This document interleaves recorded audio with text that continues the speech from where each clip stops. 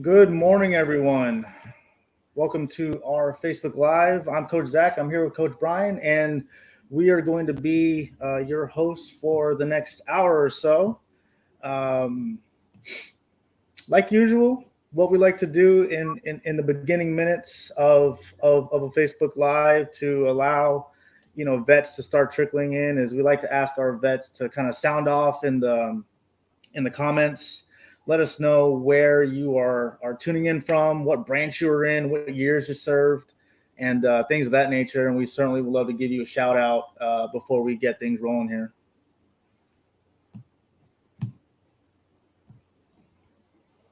Gunner, good morning.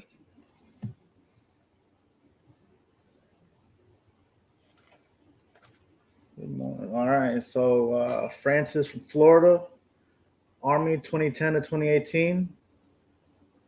Appreciate you stopping by, Francis. Ruthie from Marion, Arkansas. Looks like Eugene, Marine Corps from Mississippi, Semper Fi. Semper Fi. All right, Farrell, same USMC, 8993. Now we got Edward, 01 to 2021. Sounds like you may have hit 20-year retirement. So if that's the case, congratulations to you. That's awesome. All righty. The Navy vets in there, bunch of Army. Oh, yeah, they're coming in.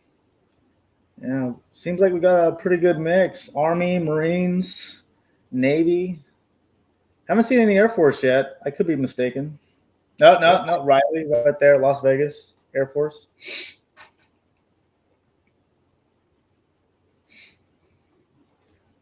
All right. Let's see. Ricky Parker, U.S. Army, 86 and 92. Thank you for your service.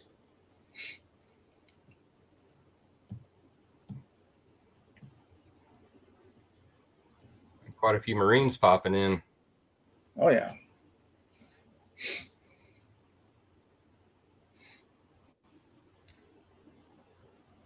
Yeah.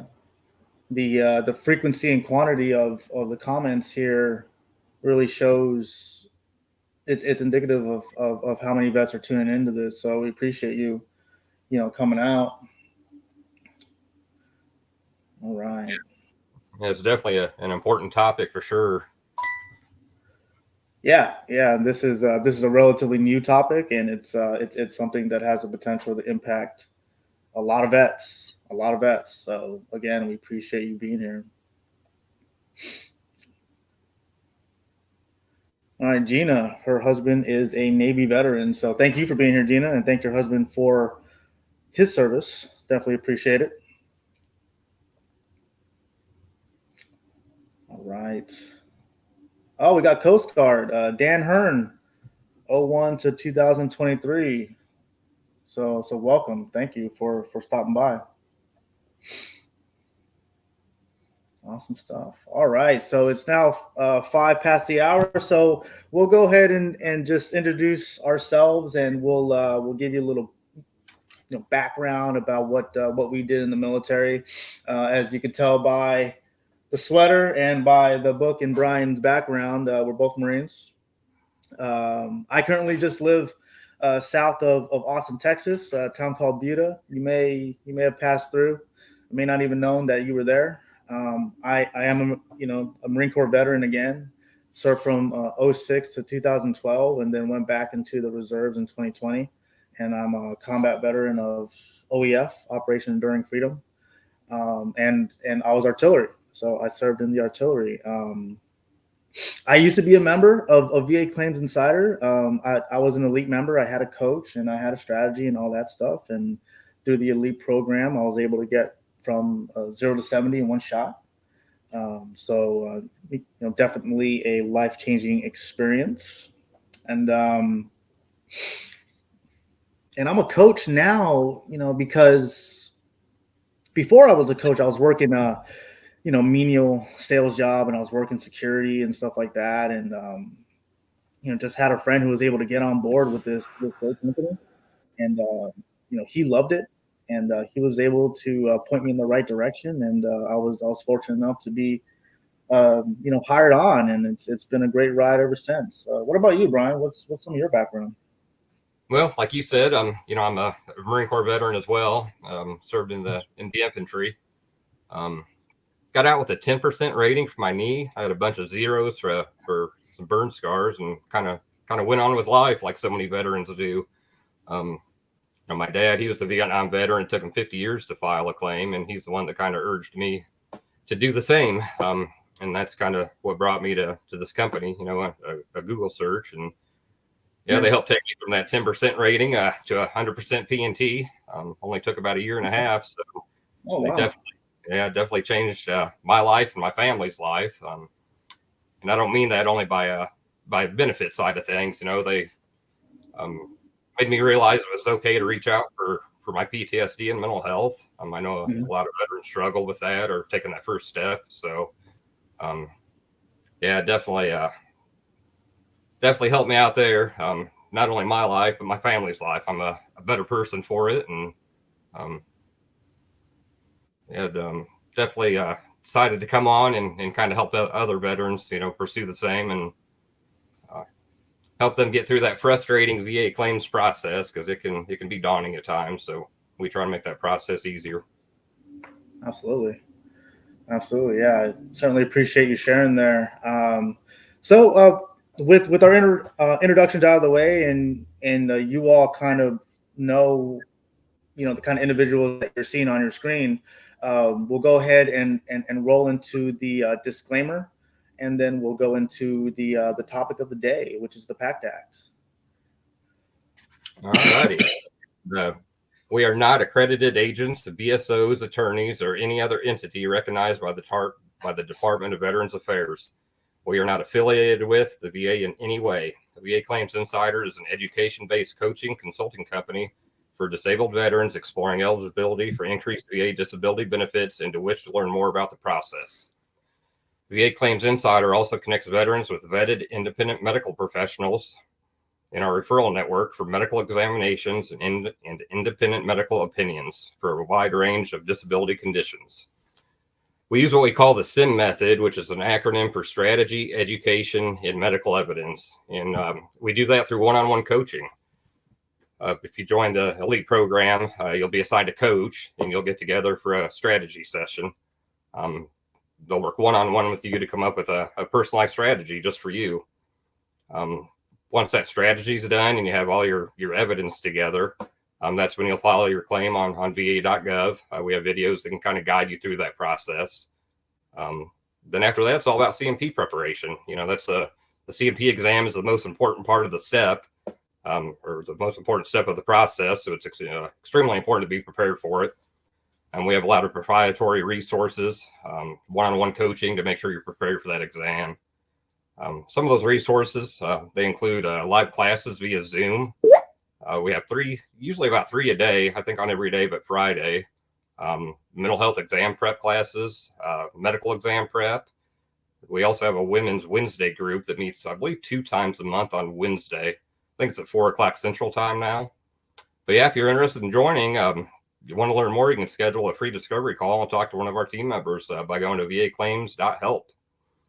You can also check us out at vaclaimsinsider.com, but we'd love to partner you with your journey and help you see if we can get that rating increased a little bit. All right, I appreciate it. Yeah, definitely feel free to check us out. It's a no risk for you, to get set up with a discovery call if you're not already a member, and seeing the potential there, what you could potentially do and get done by working through VA Claims Insider's elite membership, right? So now we'll take a little bit of a dive into the topic of the day, which is again the PACT Act, right? So a couple bottom lines up front, if you will. So the PACT Act expands and extends eligibility for VA healthcare for veterans with toxic exposures and veterans of the Vietnam, Gulf War, and the wars of the post 9/11 era.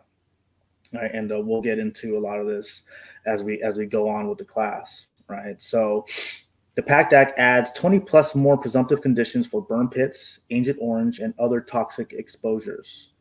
It adds more presumptive exposure locations for Agent Orange and radiation. Requires it requires the VA to provide a toxic exposure screening to every veteran enrolled in VA healthcare, and it helps to improve the VA's research, their staff education, and the treatment related to toxic exposure. So, if you're a veteran or a survivor, you can file claims now in order to apply for any PACT Act related benefits. All right, so the PACT Act is short for the Sergeant First Class Heath Robinson Honoring Our Promise to Address Comprehensive Toxics Act of 2022. And it is a bill that's designed to help you and other veterans exposed to toxic substances during your military service. The bill addresses all of the following related to toxic exposure. So, healthcare and treatment. The VA presumes certain conditions were caused by toxic exposure. Required screening for veteran toxic exposure, VA research on that matter, and resources for veterans and VA staff, right? So the law aims to make it easier for you to access VA medical care, including mental health services and counseling. It expands healthcare and presumption of toxic exposure for certain veterans. It adds new conditions, sort of like what we mentioned before, and it strengthens research for that toxic exposure. All right, so the PACT Act, it can also help veterans like you if you don't have sufficient evidence to win your VA claim.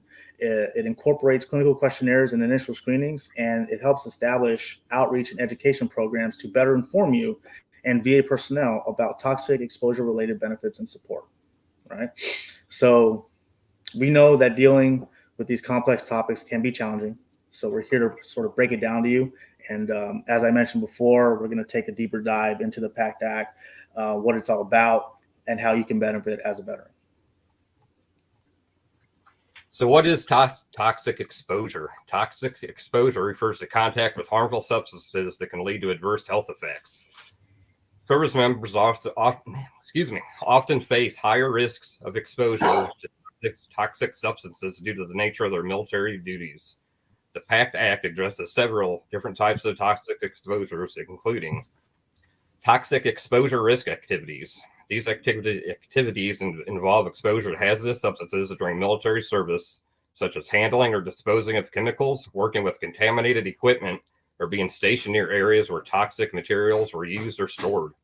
The PACT Act remains to provide health care and support for veterans who participated in these activities and experienced health issues as a result.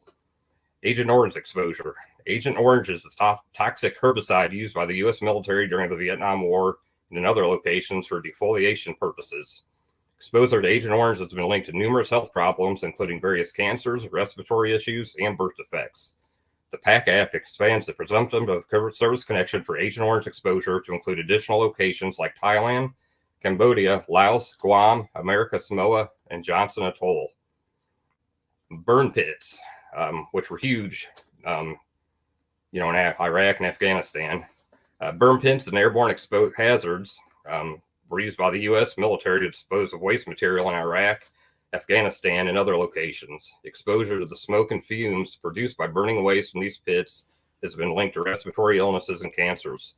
The PACT Act adds 23 respiratory illnesses and cancers related to burn pit and airborne hazard exposure to the VA's list of service presumptions, making it easier for affected veterans to access health care and benefits. Radiation exposure. Some veterans were exposed to ionizing radiation during their military service, such as those who participated in nuclear testing, cleanup activities in Inuiatek Atoll, or nuclear response missions near Palomares, Spain, and Thule, Greenland. The PACT Act creates a presumption of exposure to radiation for these veterans, helping them access health care and support for radiation-related health issues. Based on these exposures, the VA is offering veterans expanded access to medical care. For the radiation exposure, the PACT Act of 2022 extends presumptive service connection to veterans involved in specific incidents involving radiation cleanup. Any veteran involved in the nuclear cleanup of Enowetak Atoll from January 1st, 1977 to December 31, 1980. Any veteran involved in the nuclear cleanup of two separate B-52 crash sites, Palomares, Spain, from January 17th, 1966 to March 31st, 1967. Thule Air Force Base, Greenland, from January 21st, 1968 to September 25th of 1968. Then Agent Orange exposure. Agent Orange was a dangerous herbicide used in the Vietnam War. It's been linked to serious health issues for both our veterans and the civilian populations who were exposed to it. These disabilities may take years to manifest themselves. Agent Orange exposure is a significant concern for many veterans, and PACT Act expands presumptive related to this toxic chemical. The following locations have been added as recognized areas for Agent Orange exposure: Thailand, Cambodia, Laos, Guam, American Samoa, Johnston Atoll. Additionally, hypertension, high blood pressure, and monoclonal gammopathy of undetermined significance, a condition where an abnormal protein is found in your blood, and two presumptive conditions that have been added to the Agent Orange presumptive list. And my dad, he was a Vietnam veteran. He actually suffers from both of those. Neither really affect him. I know the gammopathy. It's more of a protein in the blood found in the bone marrow, but it can lead to blood cancer in the future. Another benefit of the VA PACT Act is the incorporation of clinical questionnaires into the initial screening process for veterans who seek care from a VA primary care provider. These questionnaires are designed to help determine potential toxic exposure experienced by the veteran during their service. By including this step in the initial screening process, the VA can better identify veterans who may be eligible for additional benefits and support related to toxic exposure. All right, appreciate it, Brian. Yeah, of course. Yeah, so a lot of vets, they experience these issues as a result of their time overseas, and then they file for them, and then they get a denial, right? It's kind of what happens a lot of the time, right? So here in the next section, we're going to talk about taking action on a previously denied VA claim that is now applicable through the PACT Act, right? So if you're a veteran who was previously denied for a condition that is now eligible under the PACT Act, it's important to take action and reapply for benefits. Here's a step-by-step guide on what you can do to ensure you receive the benefits that you deserve, right? So one is you want to review the finer details of the PACT Act, right? Familiarize yourself with the new presumptions and provisions under the PACT Act. This will help you understand what conditions are now eligible, and how they apply to your specific situation. All right. So from there, you want to start gathering relevant medical evidence and documentation, right? So you want to collect any medical records, service records, or other supporting documents that demonstrate your exposure to toxic substances and the development of your condition, right? So this evidence will be crucial in supporting your supplemental claim.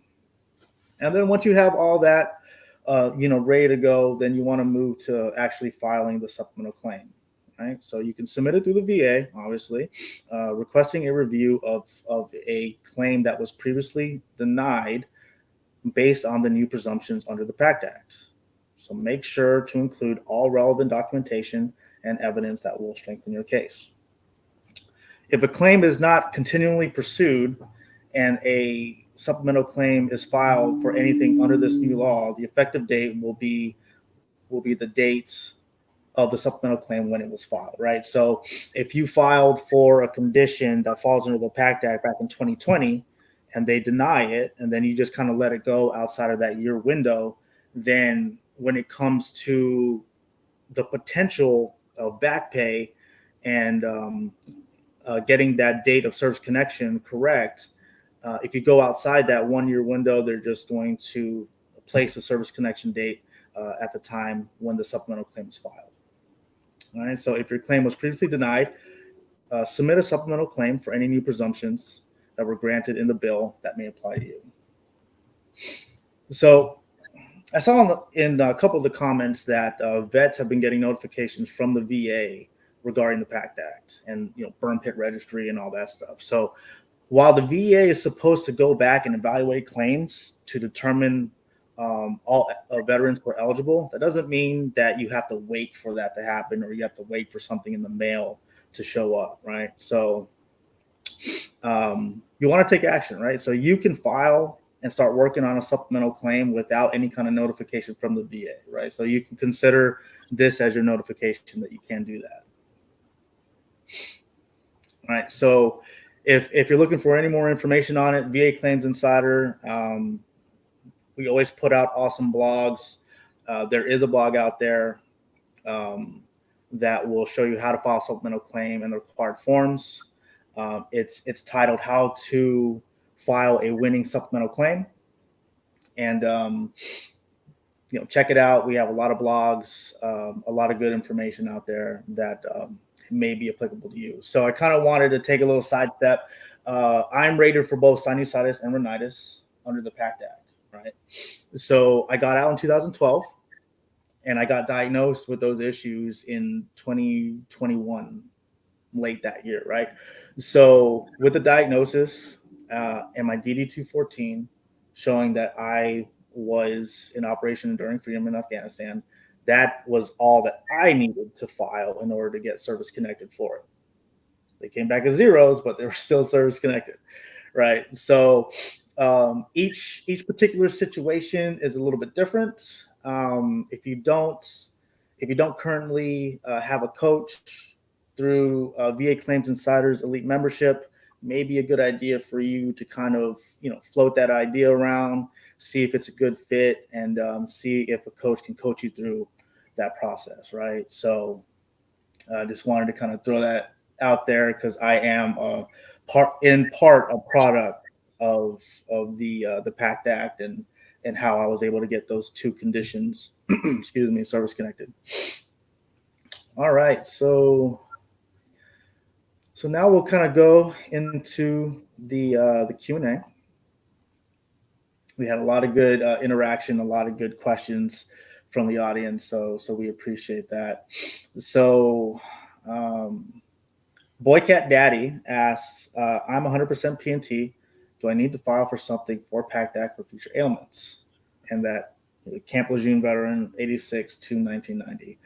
The answer is no. You don't need to file anything at this time because you are 100% P&T. So therefore, all of your health care, to include dental, should be free through the VA, right? So if anything's issue, if you have any kind of issue that's bothering you, whether it's issues with sinuses or you think you have asthma, just make connection with your primary care provider, and then start getting those referrals, start pulling that string, and you can be able to get taken care of that way.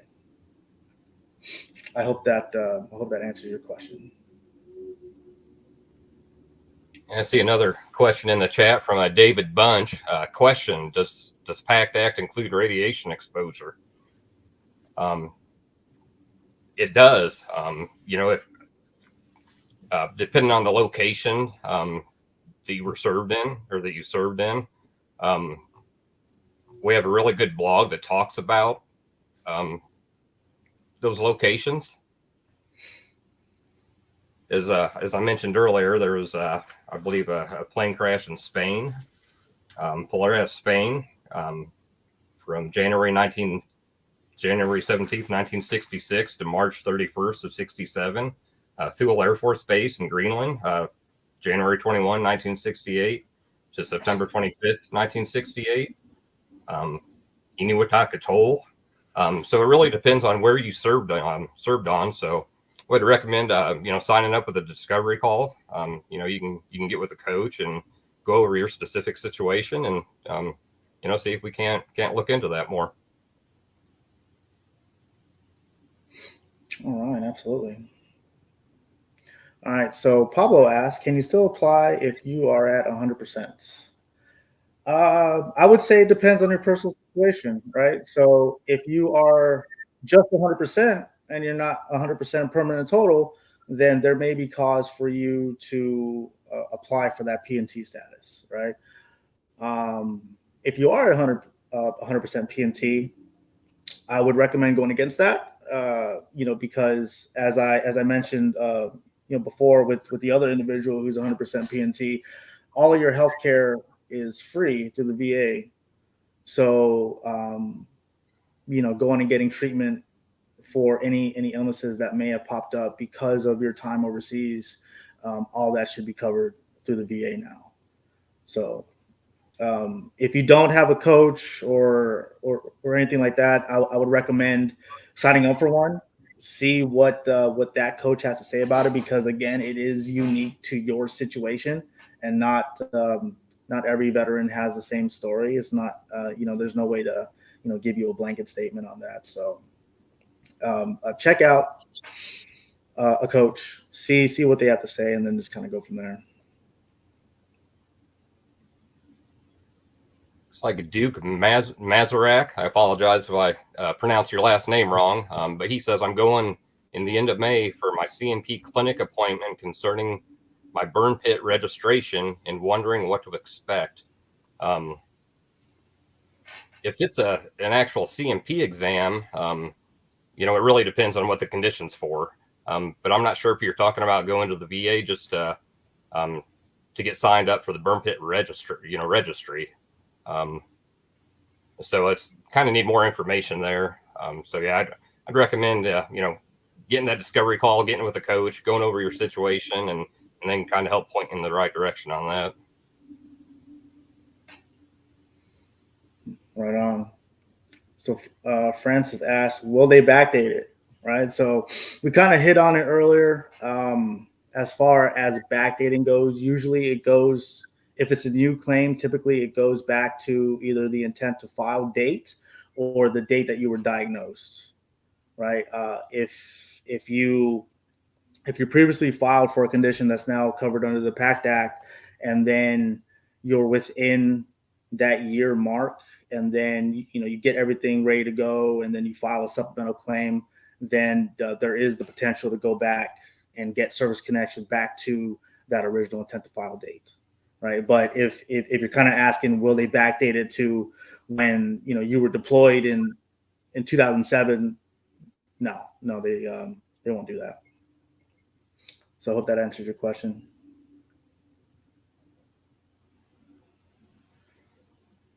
All righty. So Jonathan Douglas asked, the VA has denied me my hypervigilance and told me I don't have PTSD. Do I just keep applying for it? I would say if you've been denied, especially if you've been denied a couple times, I would get with a coach if you have not done so already, because there may be a piece that you're missing in order to get that service connected, right? So, and I don't want to go too much into it, but PTSD is not the only mental health condition that the VA rates for, right? So there may be another avenue for you to pursue that. So if you don't have a coach, I would highly recommend just getting set up with a discovery call, seeing if this program is a good fit for you, and just kind of taking it from there. Yeah, Ralph Thomas has a question. What about the asbestos for the Navy? Asbestos exposure is covered. You do have to prove you were exposed to it. And keep in mind, just because you were exposed to it doesn't mean it's necessarily a service-connected condition. I mean, you have to have one of the actual diagnosed conditions before you're able to apply for it.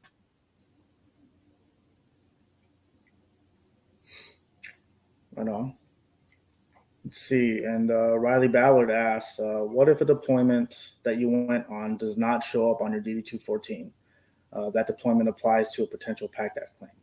Well, if it doesn't show up on your DD-214, there are other ways that you can get the VA to kind of corroborate, your existence there, right? So that could be in the form of buddy letters. That can be in the form of photographs, just kind of helping paint a clear picture for the VA that, yeah, even if it doesn't show up on a DD-214, that you were actually there, because we all know that there's a lot of times where your 214 doesn't cover the the vast extent of your military service. See a question from Rob Matthews. He asked about how about JP8 jet fuel in neurological disorders. Just because a symptom isn't listed on the PACT Act doesn't mean you can't apply for it. With any condition, you have to meet what's called the Calusa Triangle, which includes a current diagnosis, an in-service event, injury, or aggravation, and a nexus, which a nexus is basically just a connection between that current diagnosis and that in-service event. So you would have to prove exposure to that JP8, and then you would also need medical evidence connecting that current diagnosis that you have to your time in service. So you would just need evidence to prove your claim there.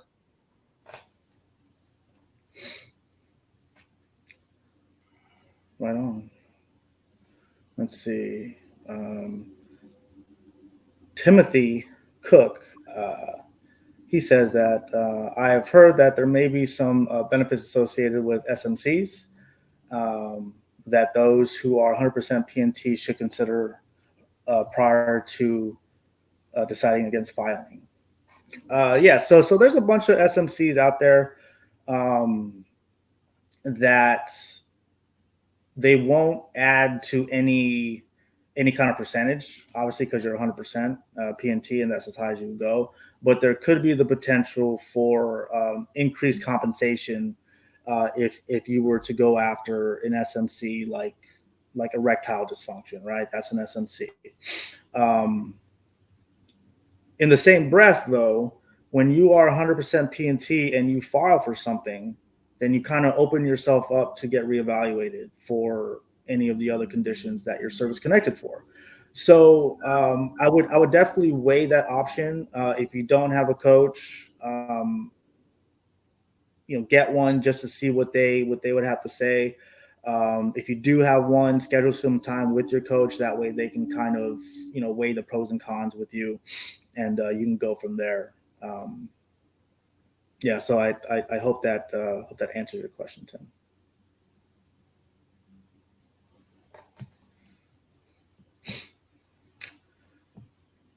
All righty, we're going along. I appreciate you guys again, you guys and gals again, for being here with us.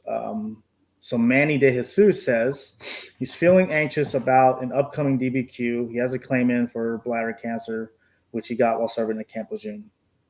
Completed 6 weeks of chemo and wondering how the VA will look at his situation. Right. So yeah, I mean, it's okay to be nervous about it. Obviously it's a big day. It's a very important day because that appointment can make or break you, right? So what I would recommend for you there is to, before your CMP, locate the DBQ that's applicable for your condition, and then just start seeing what kind of information the examiner is going to look to pull from you. So when you're able to study that beforehand, you'll feel a little bit better going into it. You'll feel a little bit more confident. So I know I keep referring back to getting with your coaches and stuff, but if you do have one, then I would definitely hop on their calendar and see if you guys can go over some of the finer details regarding your disability and that CMP exam. So best of luck to you, Manny.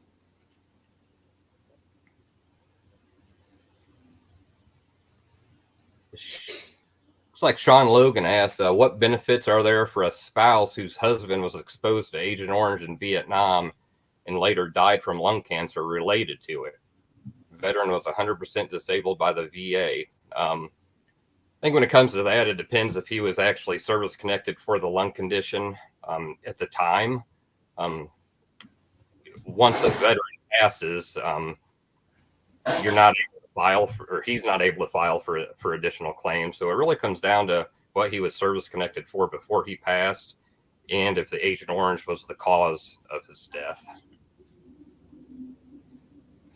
Yeah, so Sean, we have a good blog post on it. We even did myself and a former coach. We even did a Facebook Live on the topic a couple of years back. So check out our blogs. There is a blog there for survivors and the kind of benefits that they can go after.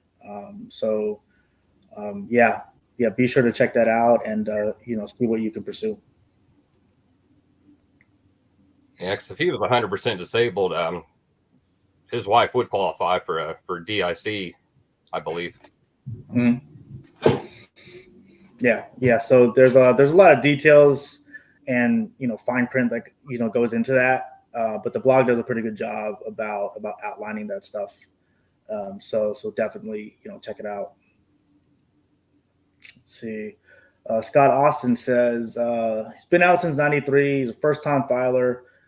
Do I sign the burn pit registry at va.gov? So the way that I signed up for the burn pit registry is a simple Google search. Really, I just typed in burn pit registry, and then I found the legitimate site because there's all kinds of stuff on the internet there, and then I went up and signed that way. A lot of the veterans that I work with, they go through kind of like a screening process in order to actually get onto that. But I would say start with the Google search, find out the website for the burn pit registry, and then get started there.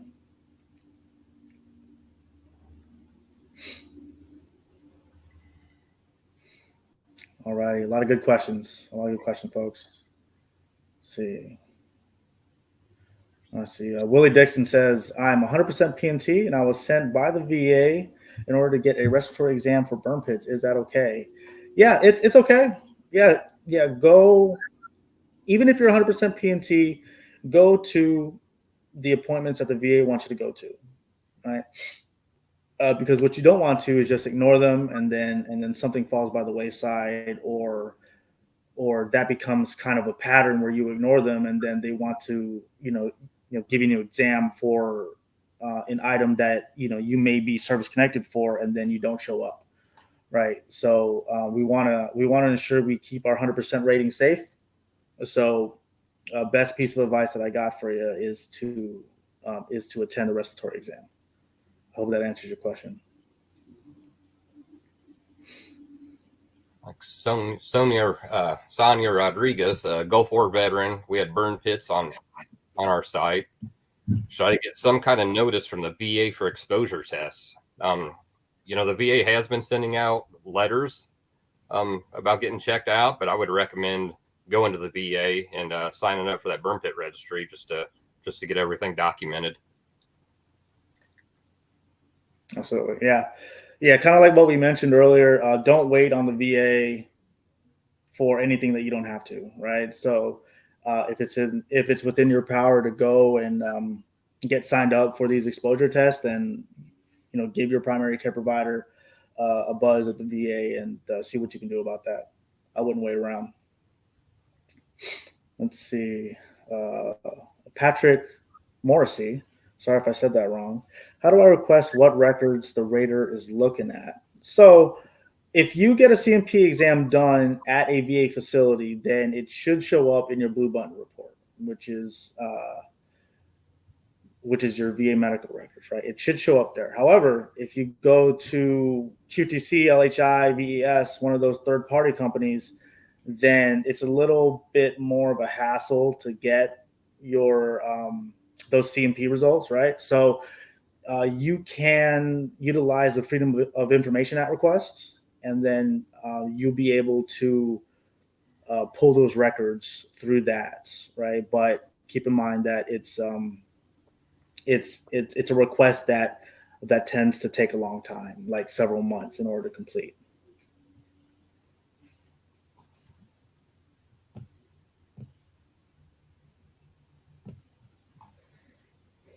Like Carol Christensen, I was late getting to your page. You keep talking about a coach. How does a person get a coach? We can pop a link up on the screen now. You can sign up for a free discovery call, and they'll assign you to a coach. Yeah, within 15, 20 minutes of the phone call, you can have a have a coach and start getting the ball rolling. Yeah. Check out the link that was on the screen. Also, VAClaimsinsider.com is our main website. A lot of good information about us, about what the company's about, and stuff like that. So, there's a lot of ways to get signed up. So definitely, research it and get on that discovery call if you're able.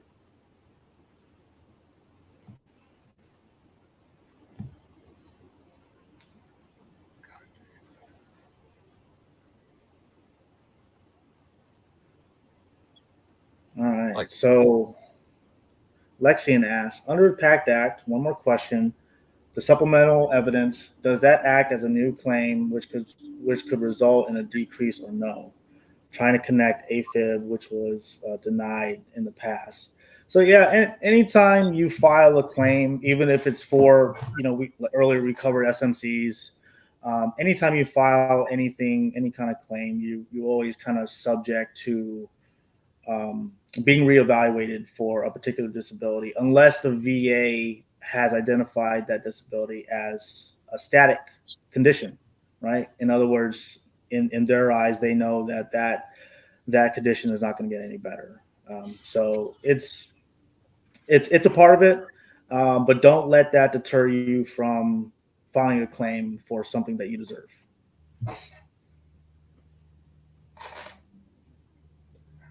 Carlos Useki, apologize if I butchered your last name. What is the best place of contact with you guys? 2 tours Afghanistan and affected by burn pits. It's like Zach said earlier, VAClaimsinsider.com. That's our main website. You can also go to VAClaims.help and set up a discovery call and get assigned a veteran coach to help you through the process. Absolutely. I mean, with 2 tours to Afghanistan, you were definitely breathing in something, So yeah, definitely, get that checked out, see what's going on. For sure. All right. We're coming up about 17 minutes until the hour is up. We appreciate, again, all the feedback and stuff. If we don't get to your question, we apologize. There's a lot of them. We're trying to get to them,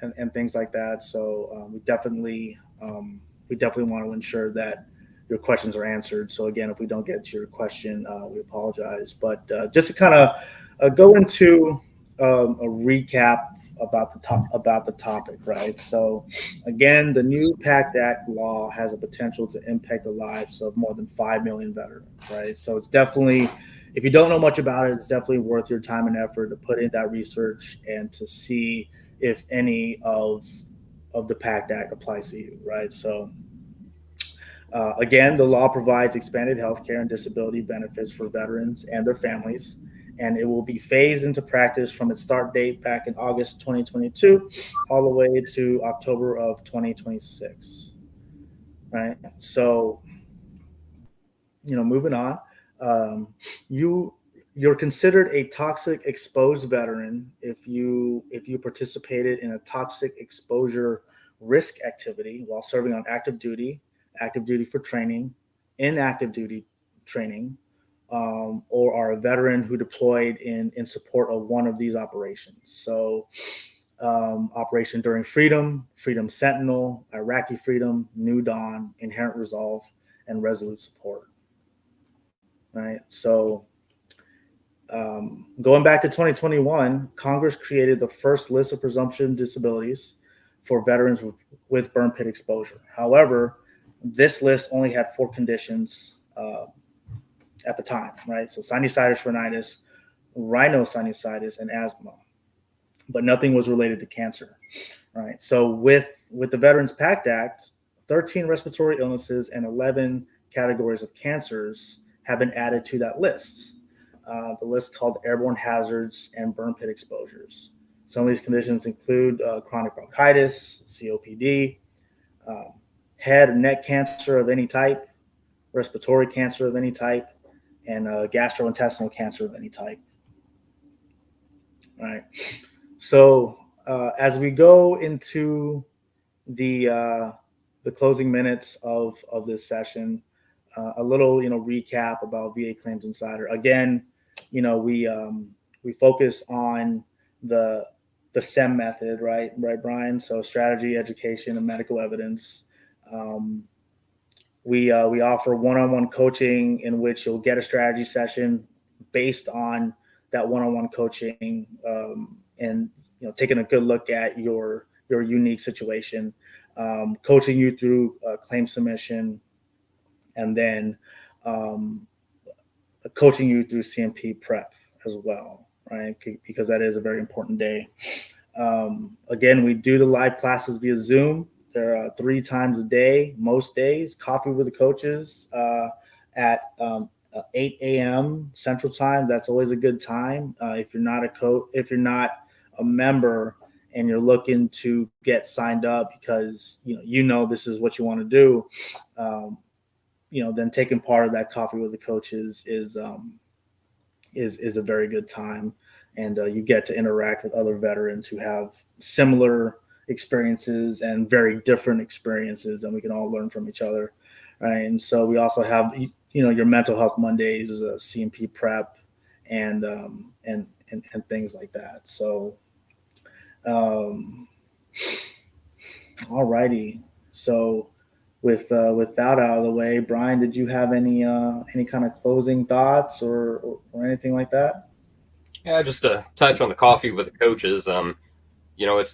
It's a great place that kind of brings back that camaraderie that a lot of veterans are missing when they get out of the military. It's not only about claims questions on there.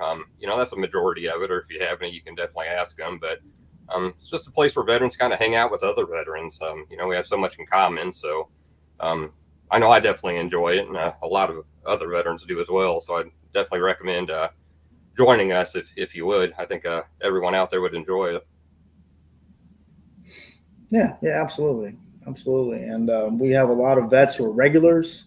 They like to show up and just hang out with everyone, hang out with the guys and gals, and they like to share their experiences and stuff. So again, the link is on the screen. You can get started for free. It doesn't cost you anything to get started, and to explore the potential of getting disabilities rated that you deserve.